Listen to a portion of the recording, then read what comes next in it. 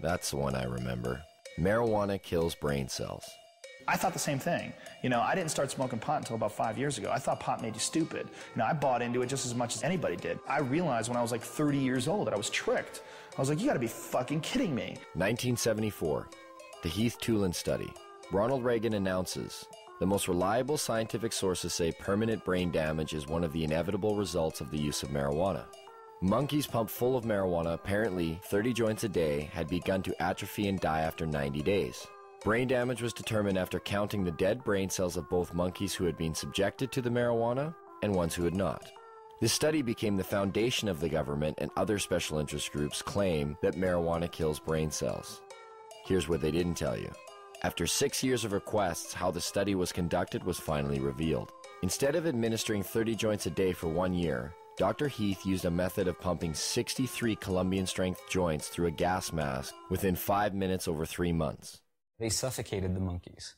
What they did is they put these gas masks basically on their face and they pumped pot into it, but without additional oxygen. So after X amount of time, the brain shut down. Well, if you suffocate, the first thing that's going to happen is your brain cells are going to die with lack of oxygen. So what they did is they suffocated the monkey, showed all these dead brain cells, and then went on to associate it by saying that cannabis use causes your brain cells to die.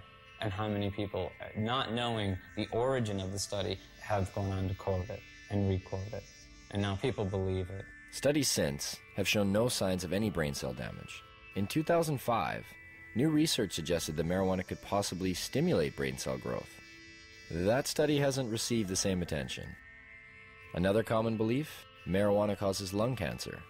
In the 1999 study by the Institute of Medicine that was paid for by the United States government, they had to use words like may and should cause cancer. We've been hearing for years them trying to say that it causes lung cancer, and we say, really, that's interesting because you can't even show us one case of cancer being caused by cannabis use alone. You definitely have to do it moderately because it does paralyze the cilia, but if it's not radioactive, you're probably not going to get cancer from it. Smoking can be harmful because of the proper use of smoke. Not as a result of anything in the cannabis plant, but because they're intaking heated plant matter into their lungs. People said, well, you don't know, we haven't been smoking it long enough. Look what happened with cigarettes. We've had about 4 decades, or more than 4 decades of experience. If this was going to show up, it should have shown up by now. Finally, a study came out just in the last month verifying that cannabis smoke does not cause cancer. It's different than nicotine. And the elements in the tobacco smoke do cause cancer, and the elements in the marijuana don't. There's no cases of marijuana-only smokers getting brown lung syndrome. There's no cases of marijuana-only smokers getting emphysema. Strange for a plant that's so dangerous. How come none of that? Marijuana is as bad for you or worse than tobacco? Impossible.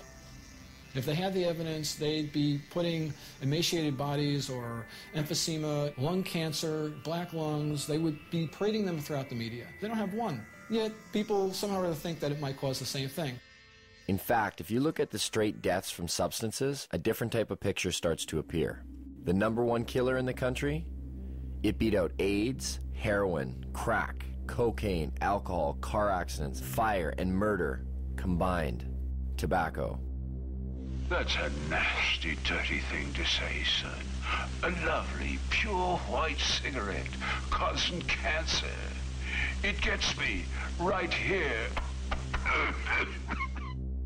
With an average of 430,000 deaths per year, considering it's a #1 killer, it's interesting to know that tobacco receives government subsidies and is grown with radioactive fertilizer.